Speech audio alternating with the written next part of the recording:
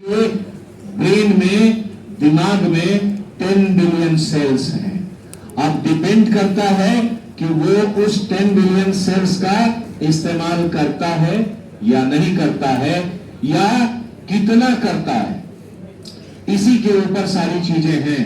स्वयं आइंस्टाइन ने कहा था कि उसने लगभग अपने दिमाग का 10-11% इस्तेमाल किया था।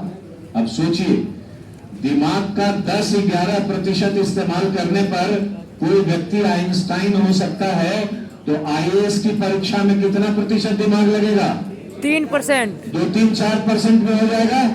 तो क्या सोचा है आपने कि जो भी भगवान ने आपको बना के यहां भेजा था, जिस भी माइथोलॉजिकल बिलीफ को आप मानते हैं, ईश्वर, अल्लाह, जीसस, वाहेगुरु, जिस भी माइथोलॉजिकल बिलीफ को आप मानते हैं, उस बिलीफ के हिसाब से यदि गॉड ने आपको यहां भेजा, तो क्या आपने सोचा है कि दिमाग लेकर आए और फिर जाकर प्रभु को सौंप देंगे कि देखिए प्रभु, आपने जो मुझे दिया था उसमें से कोई खर्चा मैंने नहीं किया है, ऐसे ही आपको लौटा रहे हैं? ऐसी स्थिति तो नहीं होनी चाहिए। एटलीस्ट कुछ तो इस्तेमाल होना चाहिए। आपने 10th तक की पढ़ाई कर रखी है, मुझे जहां तक लगता है। पारिस्थितिक तंत्र की संकल्पना जानते होंगे, ज्योग्राफी में आप जानते हैं ना? इकोसिस्टम जानते हैं ना? Yes sir. आप जानते हैं इकोसिस्टम, ये एक पिरामिड बनता है। इस पिरामिड में सबसे निचले स्तर पर धरती है, उसके बाद नेचुरल वेजिटेशन है, इसके बाद शाकाहारी है, फिर मांसाहारी है, और सबसे ऊपर कौन है? सर्वहारी अर्थात मनुष्य। अर्थात प्रकृति भी ये बात मानती है कि सृष्टि की सबसे अच्छी क्रिएशन कौन है? मनुष्य है। जैसा कि आपने देखा है कि जहां सभी जीव जंतु पूर्णतः प्रकृति पर आश्रित हैं, कोई गाय, भैंस, बैल जनरेटर बना सकता है क्या? नहीं। वहीं एक अकेला मनुष्य है जो कुछ भी कर सकता है, कुछ भी बना सकता है, प्रकृति को अपने हिसाब से बदल सकता है और अपने हिसाब से काम कर सकता है, अपनी सहूलियत के हिसाब से। मनुष्य ने काल क्रमेण ये काम किया, बड़ा बड़ा काम किया, अच्छी अच्छी चीजें बनाई, उसके कुछ परिणाम अच्छे आ रहे हैं, उसके कुछ परिणाम बुरे भी आ रहे हैं।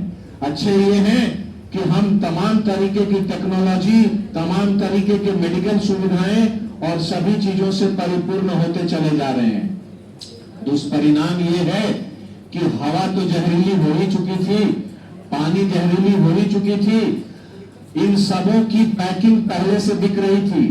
अब दिल्ली जैसे शहरों में पार्लर खुल रहे हैं हवा के पार्लर का नाम सुना है आपने?